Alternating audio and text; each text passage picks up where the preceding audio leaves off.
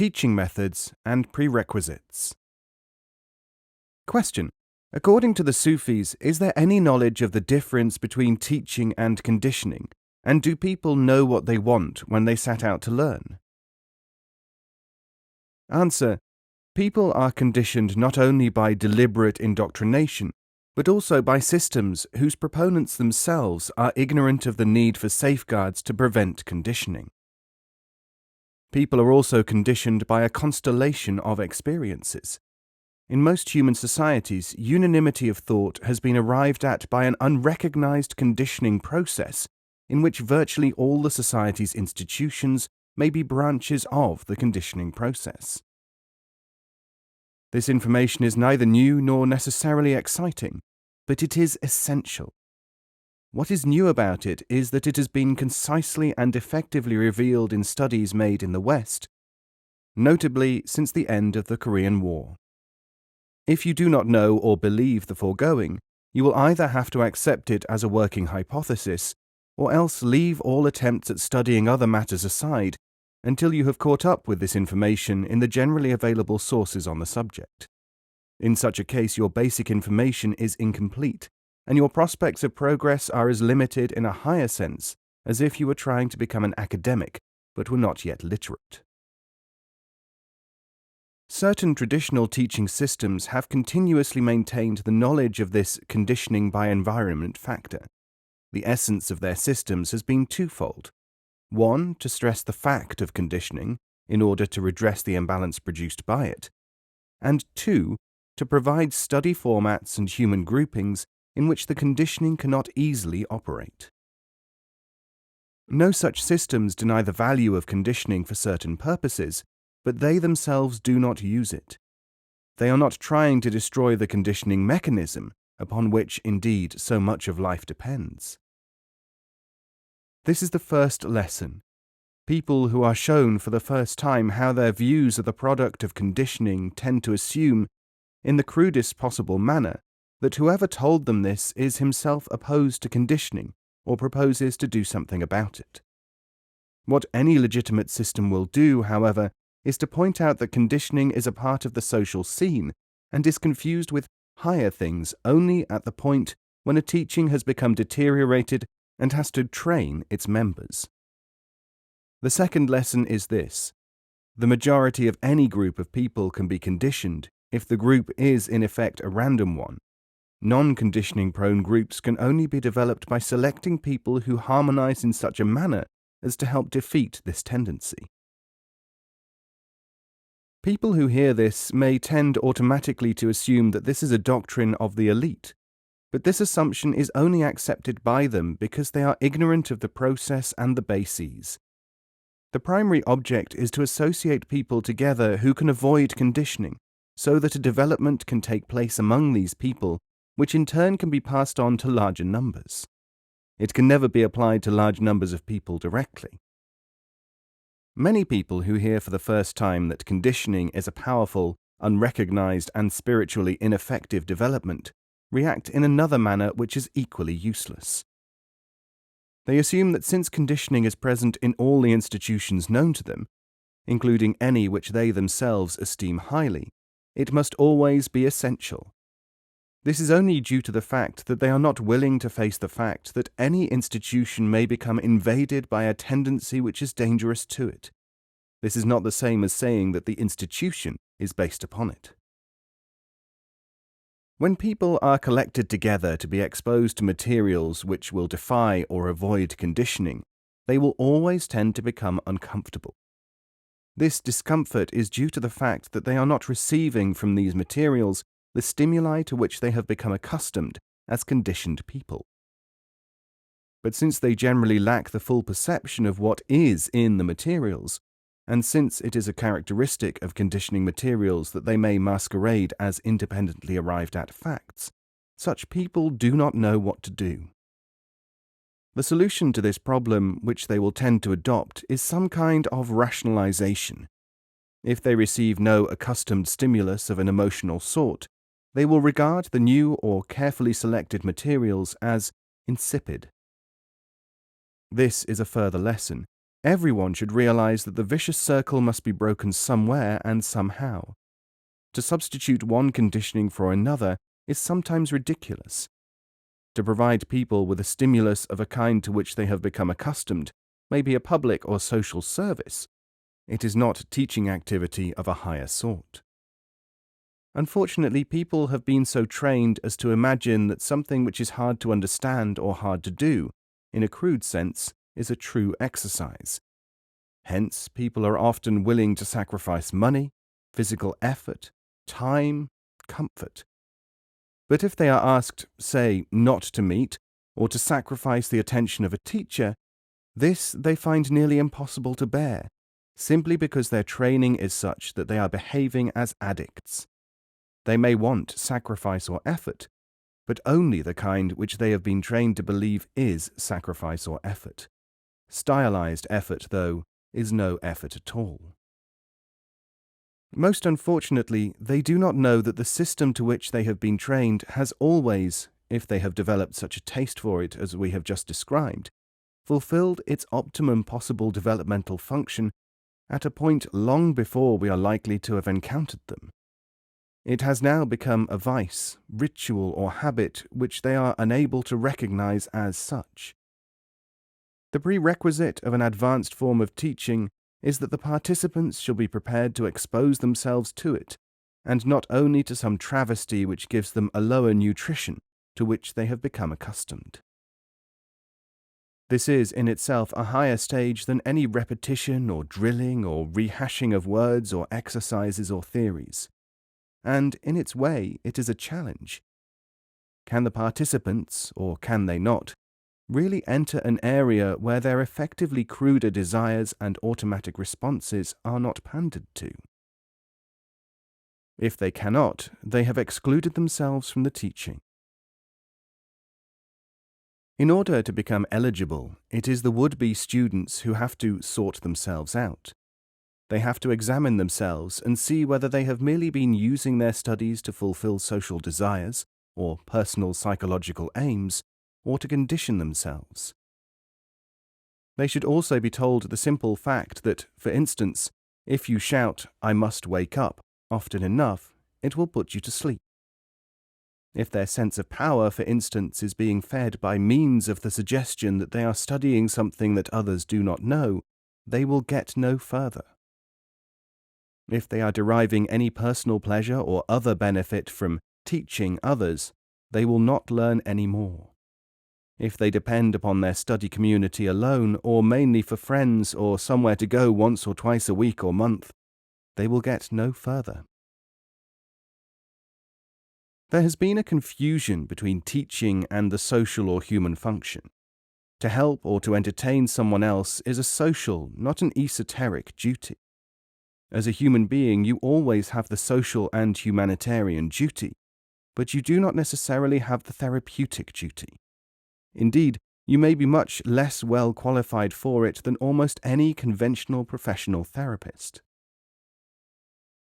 It is impossible to spend time with virtually any religious, philosophical, and esotericist group, or even to read its literature, without seeing that a large number of the people involved, perhaps through no fault of their own, and because of ignorance of the problems, are using these formats for sociological or psychological purposes of a narrow kind.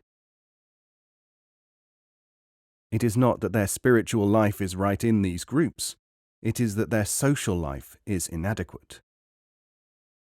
As above, so below. Just as in ordinary worldly considerations there can be inefficiency or confusion as to aims, so there may be in approaching higher knowledge. You may be able, initially, to pursue higher aims through lower mechanisms and theories, but you cannot pursue them by indulging short-term personal interests. You must follow your personality interests somewhere else. In an advanced society, there are more institutions catering for such outlets than anyone could possibly need. Make sure that your professional, commercial, social, psychological, and family needs are fulfilled in the society to which you belong. The rest of you is the part which can be communicated with by means of the specialized techniques available to those who have a comprehensive and legitimate traditional learning, and who have the means of safeguarding it. This is what you have to study first of all. Most people are trying to effect something else, no matter what they imagine that they are doing. Fortunately, it is not hard to recognize this if enough sincere effort is expended. In ordinary life, if you think that your family is largely a commercial proposition, people will point out that you are misguided. If you thought that your profession was mainly for social purposes, people would soon put you right. It is time that you were correctly informed in this field as well. You must know, or find out, the difference between meeting to learn and experience something, and meeting in order to be emotionally stimulated or intellectually tested or socially reassured. There is no harm at all in a social ingredient in a human relationship, far from it. But when this gets out of balance, and a human contact becomes an excuse for a social contact, you are not going to learn, no matter what materials you are working with. Due proportion is a secret skill of the teacher. The repeated upsurge of apparently different schools of higher study in various epochs and cultures is due in large part to the need to rescue genuine traditional teachings from the automatism and social psychological entertainment functions which regularly and deeply invade, and for the most part, eventually possess them. Certain physical and mental exercises, as an example, are of extremely significant importance for the furthering of higher human functions. If these are practiced by people who use things for emotional, social, or calisthenic purposes, they will not operate on a higher level with such people.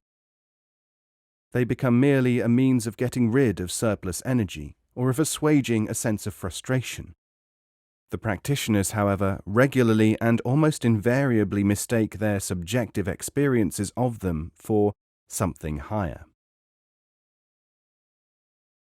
It is for this reason that legitimate traditional higher teachings are parsimonious with their materials and exercises. Nobody with a task to perform can possibly, if he knows about his task, do so in a manner which is not benefiting people on the level required. The foregoing information should be read and studied and understood as widely as possible.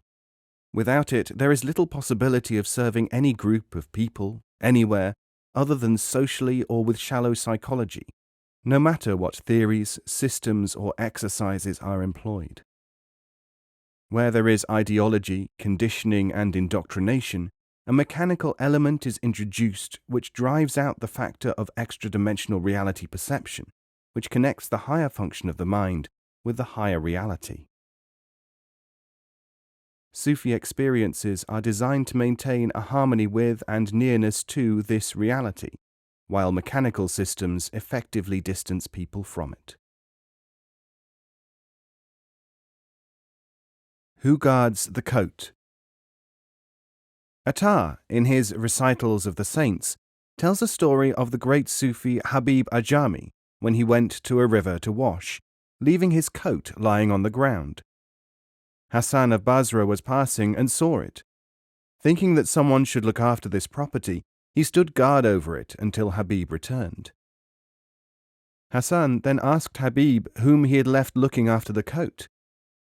"In the care," said Habib, "of him who gave you the task of looking after it." This anecdote, intended to indicate the way in which affairs work out for Sufis, is often taken by raw imitators as something to copy, so that they test destiny by abandoning things and neglecting duties, with results which correspond with their stage of ignorance. Sorrow in spiritual enterprises. Question: how is it that involving themselves in spiritual enterprises can cause so much sorrow and trouble to some people? Some become deranged and worse characters than they ever were before. Answer: first, remember that this tendency has been observed and commented upon by all religious and other systems. People are always being driven off their heads by something or other, however respectable the creed, and nobody has yet found any method of preventing this. People sorrow and go mad everywhere and in everything. Secondly, attempts are always made by those who are really aware of this psychological problem to cut down on the harmful effects, not of the processes, but of the state of mind of the sufferer upon whom the processes are grafted or applied. It is for this reason that Sufi teachers have tried to ensure that certain of their disciples do not undertake various exercises. Some of them even insist that such people do not, for instance, perform the pilgrimage to Mecca, which is an obligation for all Muslims.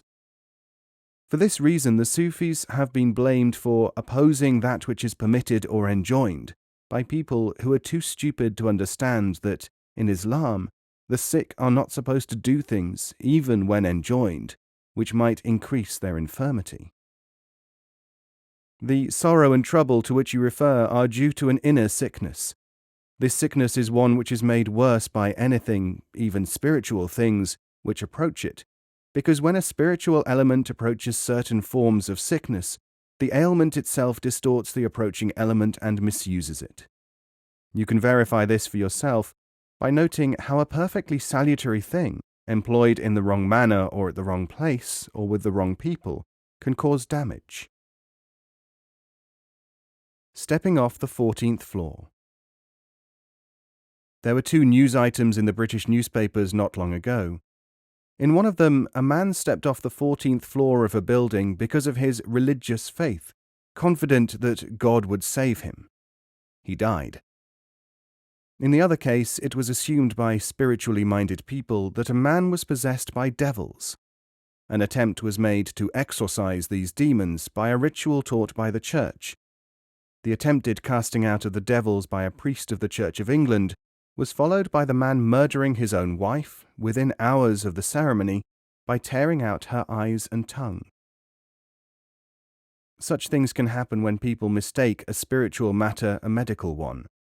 This, in turn, happens when people imagine that their doctrine, not their experience, enables them to identify spiritual matters. Dogma has these limitations. The newspapers are frequently to be seen featuring such tragedies as lead to sorrow in spiritual enterprises, generally because of this reason. It has often been observed by Sufis that people who try to follow spiritual paths without the primary training of disengaging their pride frequently encounter sorrow and worse. People who try to mold the world's evil ways, says Hasan of Basra in Attar's Tadkirat al-Awliya, which to the Sufi includes one's own personality without doing it in correct sequence, are ruined.